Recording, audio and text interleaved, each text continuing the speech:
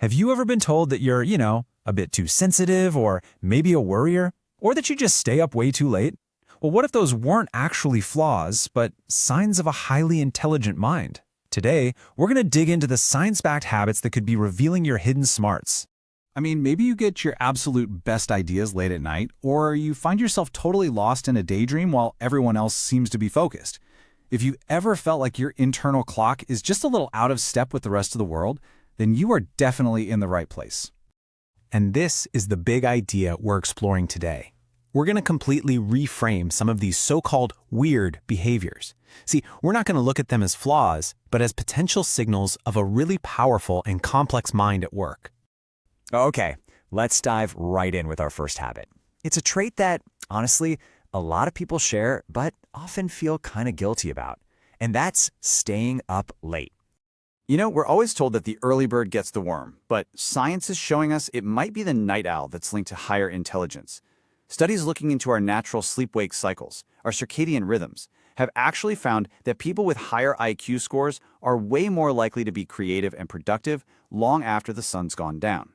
And there might be a reason for this that goes way, way back. I mean, think about our ancestors. Daytime was pretty standard, it was safe, but to go out and thrive in the dark, that required a totally different kind of brain, one that could think outside the box, solve new problems, and adapt on the fly.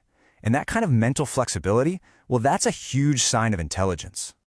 All right, next up we have a habit that, it might make some people a little uncomfortable, but for others, it's a sign of a really quick mind, a taste for the darker side of comedy. So, do you ever find yourself laughing at jokes that make other people just cringe? Well, a pretty fascinating study in the journal Cognitive Processing found a really strong connection between understanding dark humor and having high intelligence. So, why is this a sign of intelligence? Well, because getting dark humor is like a complex mental workout. Your brain has to juggle irony, multiple meanings, and taboo subjects all at once. And what's really interesting is that the same study found that people who enjoy dark humor weren't just smarter, they also tended to be more emotionally stable.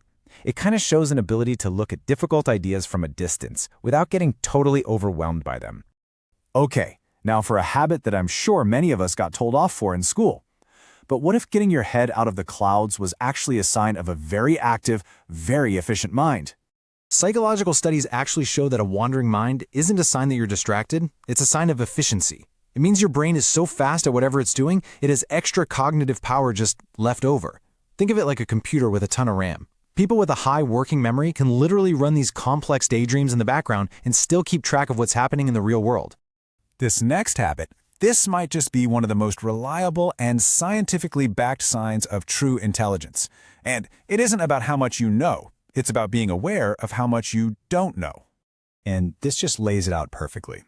On one side, you've got the Dunning-Kruger effect, where people with low ability often think they're experts. But on the other side, you have intellectual humility. Highly intelligent people are often painfully aware of just how much knowledge is out there, which makes them way quicker to say, you know what, I don't know, or I was wrong about that. Now let's look at how a trait that seems totally negative, like worrying, can surprisingly be linked to a highly active mind. And this one is actually tied to a very specific kind of intelligence. So, research connects chronic worrying with high verbal intelligence. For these people, anxiety isn't just random noise, it's a whole process. As you can see, their brain is constantly running these simulations. It scans for problems down the road, it analyzes risks, it obsesses over details, and it prepares for every possible outcome. It's really a sign of a mind that's always thinking several steps ahead of the game. Okay, and finally, let's get into our last habit. If the sound of a ticking clock or someone chewing loudly drives you absolutely nuts, it might not be a weakness. It could be a sign of a highly creative mind.